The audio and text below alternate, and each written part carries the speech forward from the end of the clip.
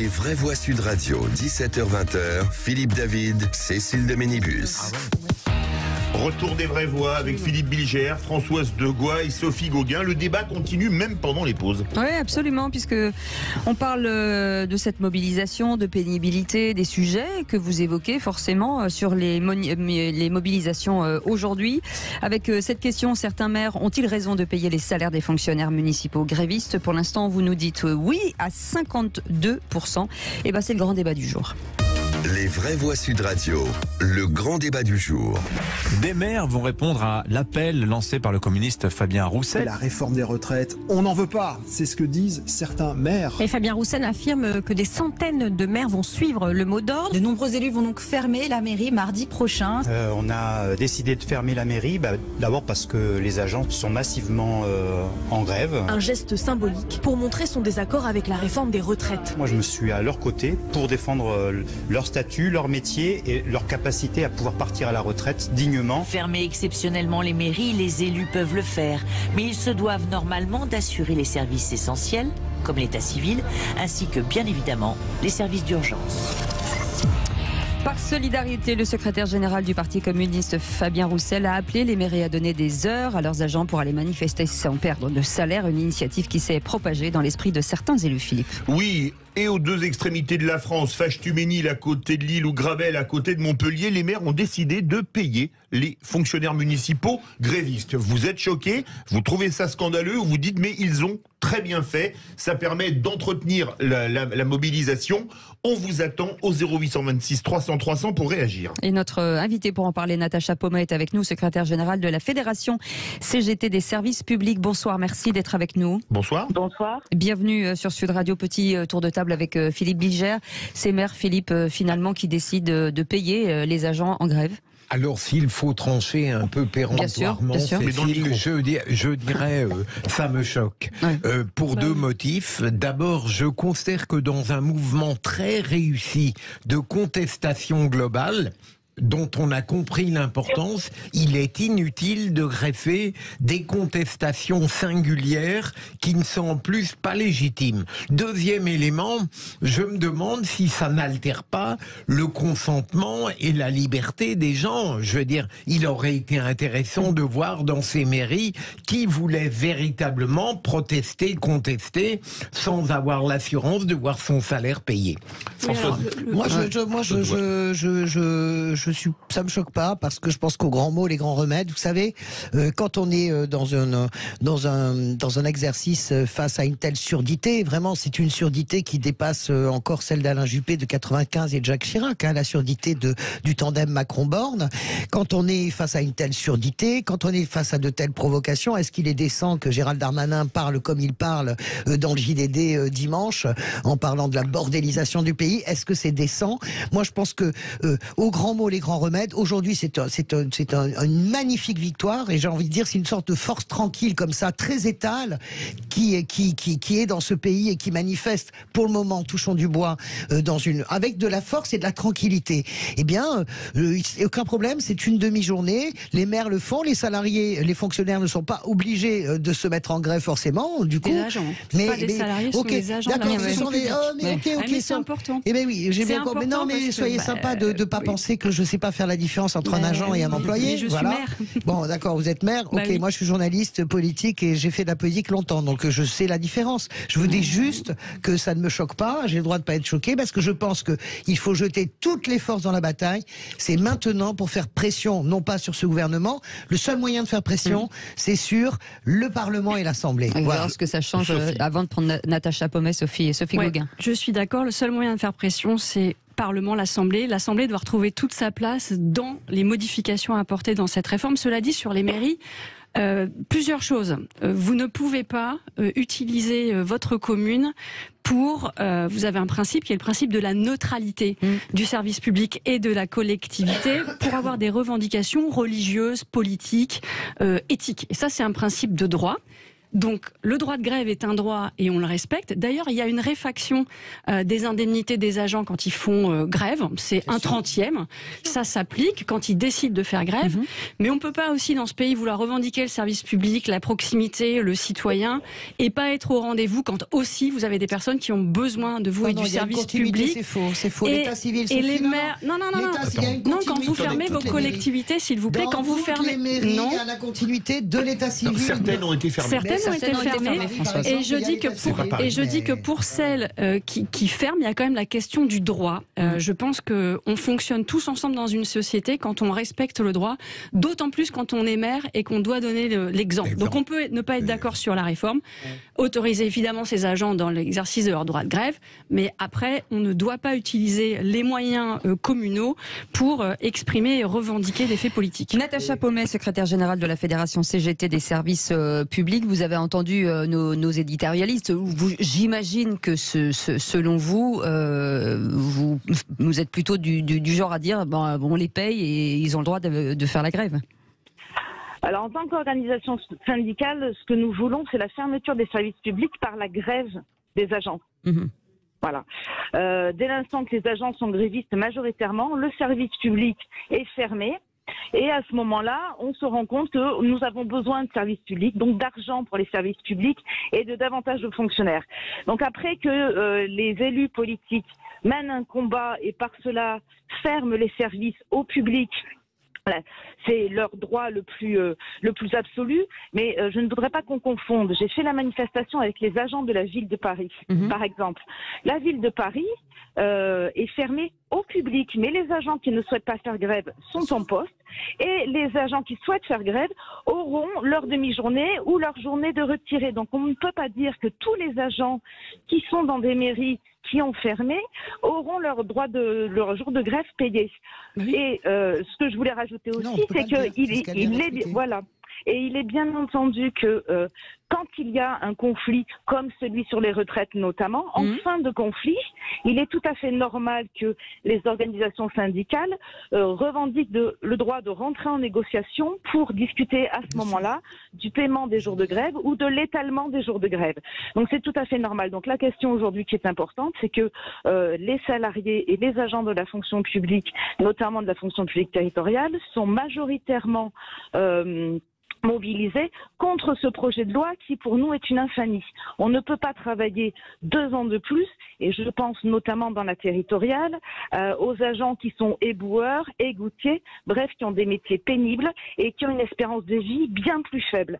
Un égoutier, c'est 17 ans en moyenne de vie en moins qu'une personne on va dire lambda.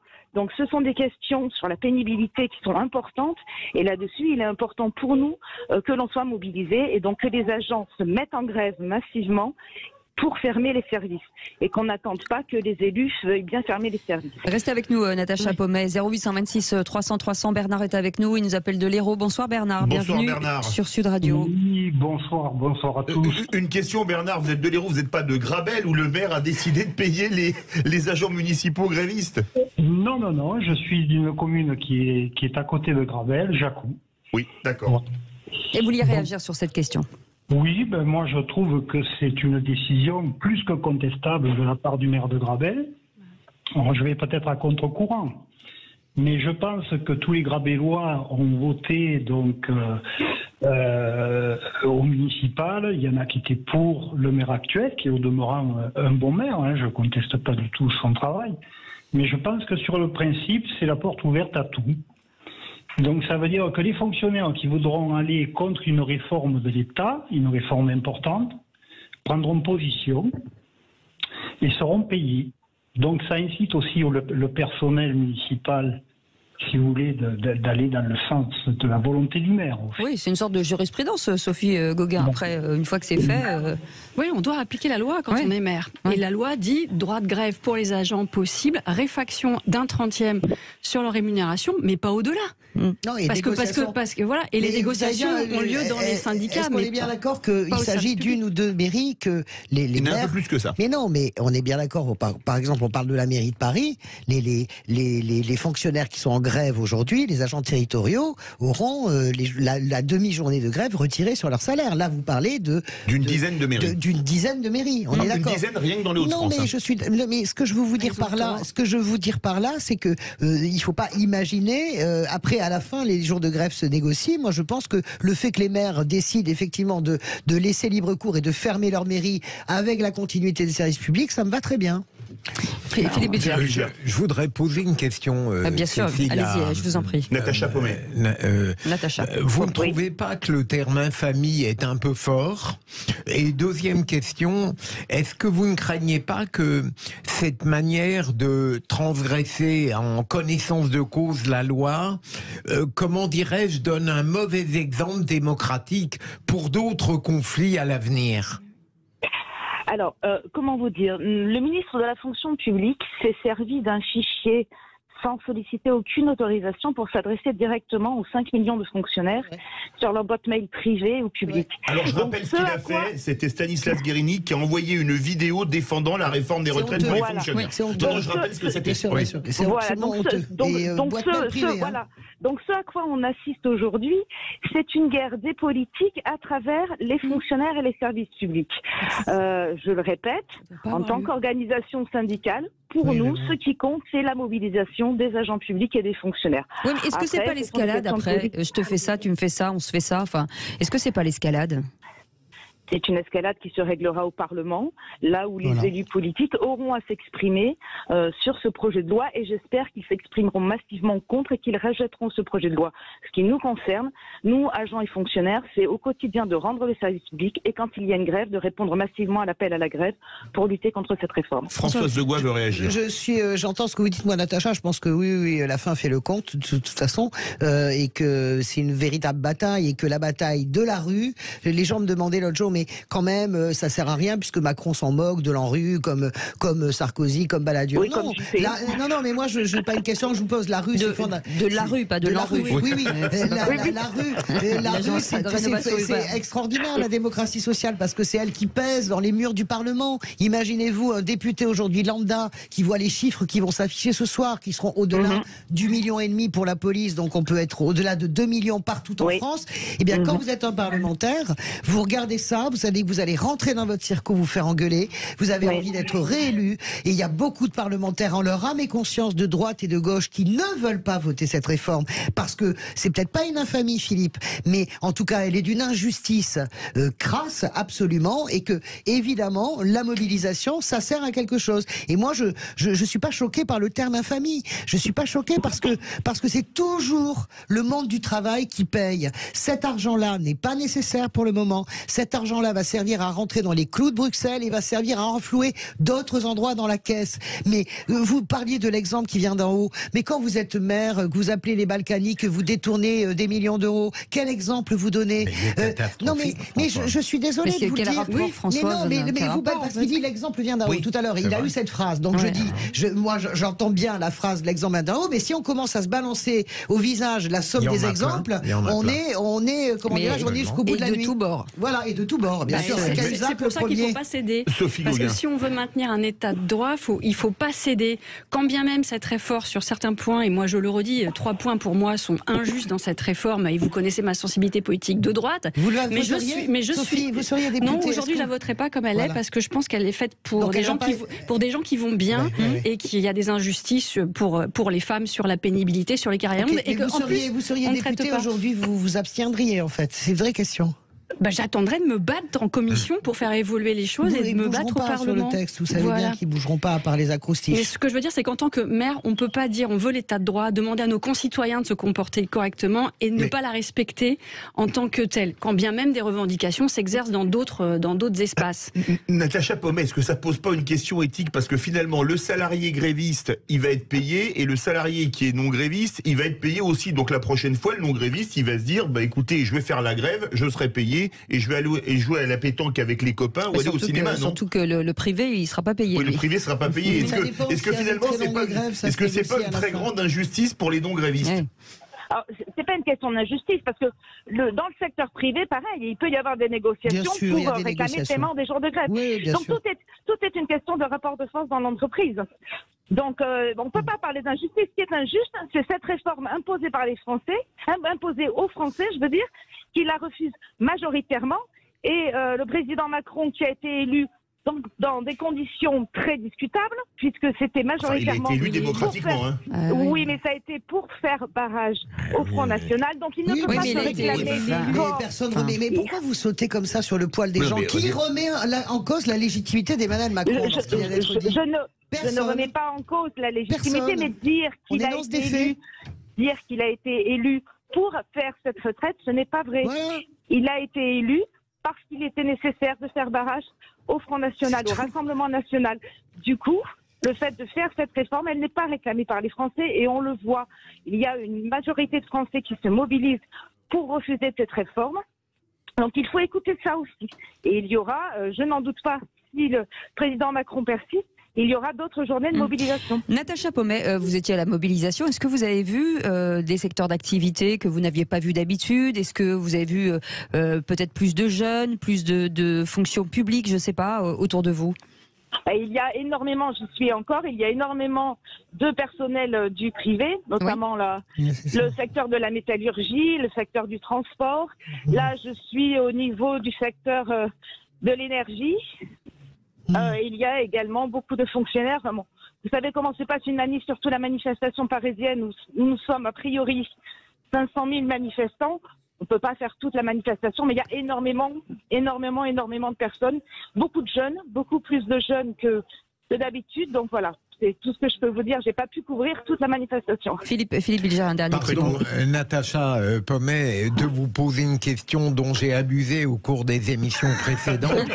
Imaginons que le Parlement l'emporte, que faites-vous?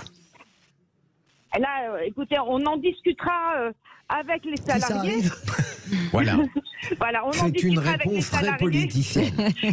C'est une réponse de Normand, ça va faire plaisir à Sophie Gauguin, qui est vice-présidente de la région de Normandie. Votre question n'est pas du tout politique, vous. C'est ça que j'intéresse. Vous savez bien qu'en tant qu'organisation syndicale, on ne peut pas appuyer sur un bouton et on ne peut pas manifester seul entre nous. Ce sont bien les salariés aujourd'hui. Si nous étions 5 millions de syndicalistes en France, cela se saurait. En tout cas, merci. Merci beaucoup, Natacha Pommet, d'avoir été avec nous et de nous avoir accordé du temps. Secrétaire générale de la Fédération CGT des services publics. Merci beaucoup, Stéphane, de nous avoir appelé de Bordeaux. Vous pouvez continuer de nous appeler. Vous le savez, 0826 300 300. Aude vous attend derrière le téléphone. Elle sera ravie de vous accueillir dans quelques instants. On reparlera à 18h30 des écoles, des transports publics. Aujourd'hui, de nombreux secteurs sont perturbés ou bloqués. Avec cette question, faut-il s'attendre à une mobilisation qui peut durer dans le temps, c'est-à-dire un jour, 2 jours, 3 jours consécutifs? Est-ce que vous y croyez, vous? Est-ce que vous auriez envie de ça? 0826 300 300, on vous attend au standard. Bienvenue, c'est les vraies voix jusqu'à 19h.